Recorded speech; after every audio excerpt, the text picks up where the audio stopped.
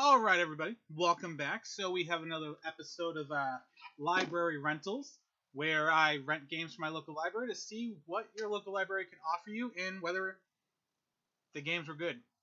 So in this week's episode, I got 3 games, all for the Switch, because I'm currently just going through all the Switch games first, and I'll work my way to see what other consoles they have. So up first, we have Trials Rising. Now, if you've never played a Trials game, this game's going to be good. So, if you've never played Trials at all, you're fine. It's a great game.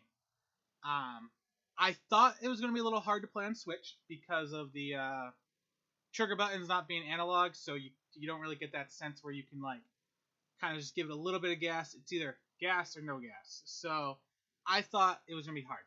But they set up so you can use the right analog stick, and that was fine. I really loved using the analog stick versus actually using the trigger. I've never played it that way before. I don't know if the other games offer that, but for now on, that's the way I'm going to play.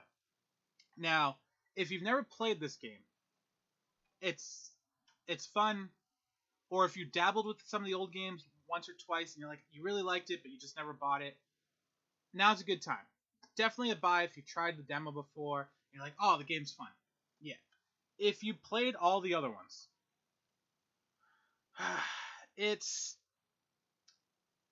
a pass for me. I don't know if there's a setting that you can do, but playing the story mode and unlocking new levels wasn't fun. They basically started you out on easy, beginner, and I played all the other ones through, and it was very boring waiting my time. I played over an hour and a half, just 100% or gold, platinum the levels. You finally break out the American courses, and they open up Europe, and it's like, oh, it's easy again.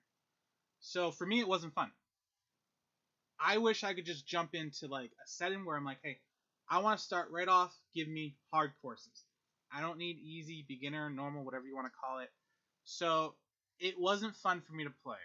If there's a setting where I can skip right to the harder courses, and I just overlooked it in my short time of playing, then I would check the game out again. But for me right now, it's not a buy. For me, it'd be kind of a rent unless you've played the demo and you know that you liked it. Then starting off the beginner is good for you. For me, yeah, I was disappointed. I'll look into it more. Maybe rent it again if I can skip right to normal levels or hard levels. But I don't need a campaign mode where they teach me how to play anymore. That needs to be there for newcomers, but you should be able to just skip that. It's not fun just driving a bike from left to right when you already know how to play because it's no challenge. So, if you never played it, but you played the demo, it's probably a buy. It was fun. Great graphics, looks great. But for someone that's played all the other ones, you may want to rent it first and test it out before you commit. Rent, borrow, those things.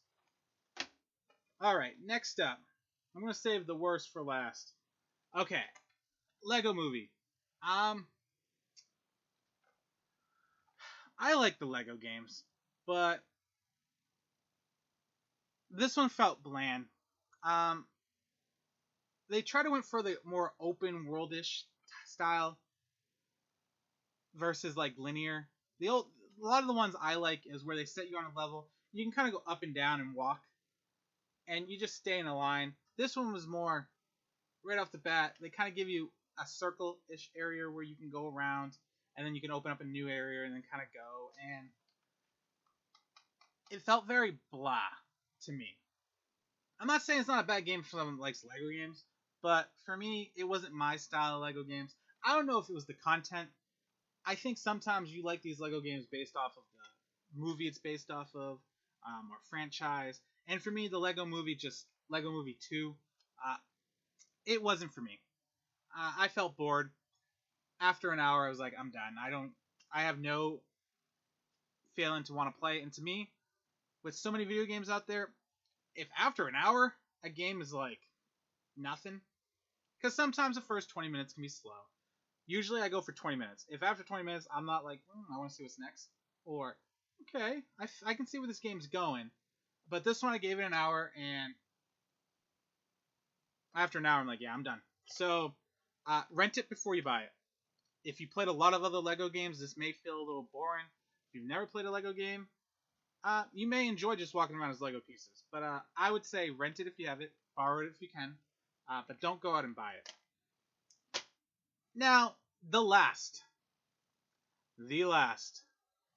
on this list,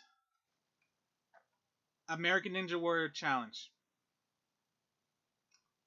Oh man, I am not gonna I was expecting it to be a bad game. How bad? Not this bad. So the game itself is basically QT. Press the button at the right time to go to the next obstacle. So if you've ever seen Ninja Warrior, you got like the running steps that you see on the front, and to go to each one, you got to press the right button at the right time. And it is some of the hardest QT you've ever seen. Even on easy mode, it's like on easy, it's too boring. And when you do make a mistake, you're like, so why didn't you read that? Yeah. I would stay away from it. Let's just say that. The courses are some of the not even the most interesting one from Ninja Warrior, and you really don't get any sense of like you're actually playing a game other than just like watching a character walk. Like you don't even walk the character. The character walks, jumps up itself, and then you just press forwards when you're on flat ground to go to the obstacle, and then yeah. It would have been cooler if you were like running a course like Mario where, you had to jump at the right time. I don't know. I think they could have done something better. It probably would have been a good Connect game back in the day where, you jump, your character jump, you jump left, your character jump left, and they just control going forwards. So as long as you were jumping with the button, or even a dance pad game, probably would have been more enjoyable. With some Wiimotes, grab things correctly. But yeah, stay away. If you need to, rent it. But I'm going to say stay away. It was not good.